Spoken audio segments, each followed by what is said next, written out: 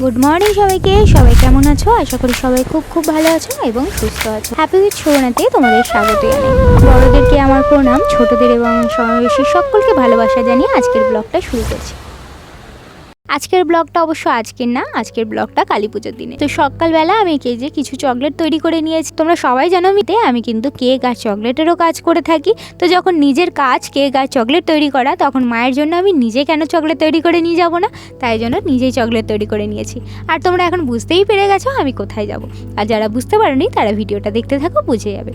তো সকালবেলা আমি সমস্ত কিছু রেডি করে নিয়েছি, তারপরে এটা ওটা কাজে আমি আর ভিডিও করতে পারিনি। আর এখন দেখো বিকেলবেলা, আর বিকেলবেলায় আমি দরজাটা খুলে দেখলাম আমাদের পাশের ঘরে ওদের রঙ্গোলি দিচ্ছে। কিন্তু দুঃখের বিষয় এই রঙ্গোলিটা কিন্তু পরে দিয়েছে। এর আগে খুব সুন্দর একটা রঙ্গোলি ওরা দিয়েছিল, প্রায় 2 ঘন্টা ধরে একটা রঙ্গোলি দিয়েছিল। দুর্ভাগ্যবশত সেই রঙ্গোলিটা তোমাদের সাথে শেয়ার করতে পারলাম না। আর যিনি দিয়েছিলেন তিনি কিন্তু শারীরিকভাবে সুস্থ নন। সেই মানুষটা 2 ঘন্টা ধরে বসে বসে কিন্তু এই রঙ্গোলিটা দিয়েছিল, একটা রঙ্গোলি যেটা কিছু অসাধু ব্যক্তি এসে পুরো ঘেটে দিয়ে চলে গেছিলো। আমি দরজা খুলে দেখছি যখন রঙ্গোলিটা দেখছি পুরো ঘাটা, তাই জন্য আমি তাদেরকে নক করে জানানোর পর তারা আবার তাড়াহুড়ো করে এইটুকুনি করে নিল। কারণ বাড়িতে একদম ছোট বাচ্চা তাদের, সেই বাচ্চাকে সামলে, তাই সব কিছু সামলে কিন্তু আবার নতুন করে আবার 2-2.5 ঘন্টা ধরে তার পক্ষে সম্ভব না রঙ্গোলি দেওয়া। তাই এই সিম্পলভাবেই কিন্তু রঙ্গোলিটা সে দিয়েছে, কিন্তু এটাও দেখতে খারাপ লাগছিল না করতে। তারপরে আমি প্রদীপ জ্বালাতে চলে এলাম। এই প্রদীপটা নিয়ে এসেছিলাম, এই প্রদীপটা আজকেই জ্বালাচ্ছি। তো এই প্রদীপটা ঠাকুরের সামনে দেবো, আর বাইরে কিন্তু আমি সব মোমবাতি জ্বালিয়ে দিলাম। তো এই তো আমি কিন্তু রেডি। আমাকে কেমন লাগছে তোমরা কিন্তু অবশ্যই কমেন্ট করে জানি। তো এই তো ব্যাগপত্র গুছিয়ে এখন যাচ্ছি মায়ের কাছে, কারণ মাকে নিয়েই যাব। কারণ কর্তামশাই যেতে পারবে না, কারণ কিছুদিন আগে ছোট্ট একটা অ্যাক্সিডেন্ট আমাদের হয়ে যায় 3 জনেরই। তোমাদের সাথে সেটা শেয়ার করা হয়নি কোনো দিন, তোমরা যদি জানতে চাও অবশ্যই তোমাদের সাথে শেয়ার করব।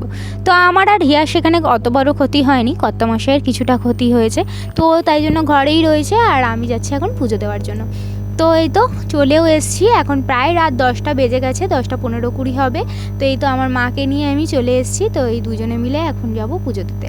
তো জানি না এখন ভিড় কতটা হবে, কি বৃত্তান্ত, চলো ভেতরে যাওয়া যাক, তারপর দেখছি। তো ভিড় কি হবে, ভিড় প্রচণ্ড হয়েছে, একদম ভিডিও করতে পারছিলাম না। মাকে ছাদে বসিয়ে আমি এই যে ডালা নিয়ে এখন চললাম ডালা দিতে।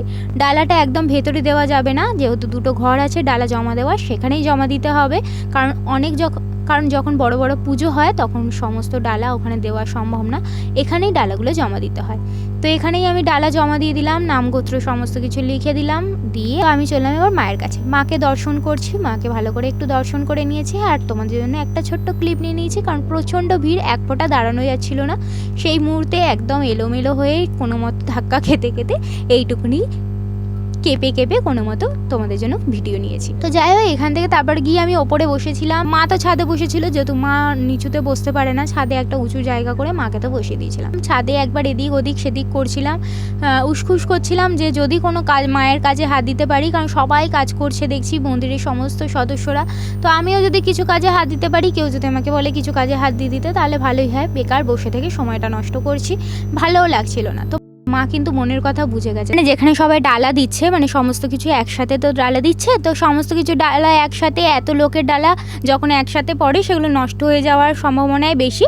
তাই জন্য সবাই মিলে সেই ডালাগুলোকে আলাদা করা হচ্ছে, আলাদা করে মায়ের কাছে দিয়ে দেওয়া হবে।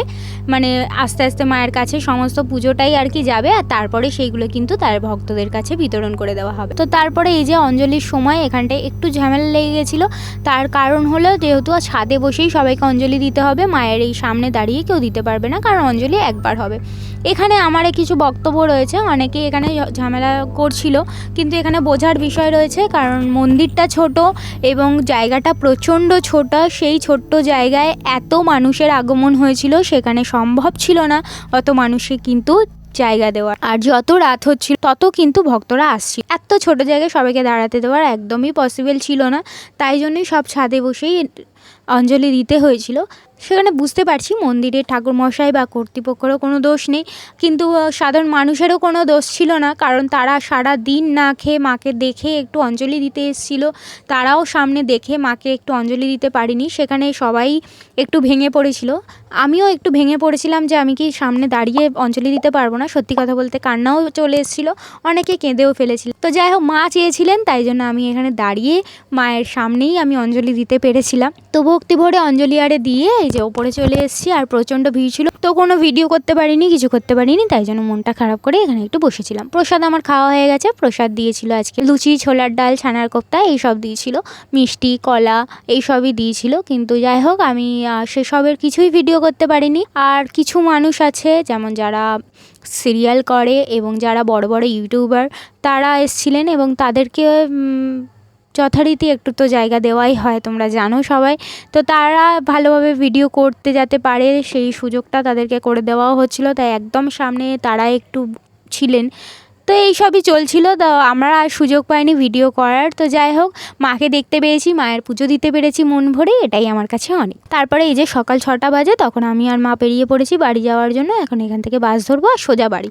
তো চলো, ভিডিওটা আজকে এই পর্যন্তই। যদি ভিডিওটা তোমাদের ভালো লাগে তাহলে অবশ্যই লাইক করে দিও, জয় মা শ্যামসুন্দরী বলে অবশ্যই কমেন্ট করো। আর হ্যাঁ, যারা নতুন তারা সাবস্ক্রাইব করে পাশে থেকো। আজকে বিদায় জানাচ্ছি, দেখা হয় পরের একটা ভিডিওতে। টাটা।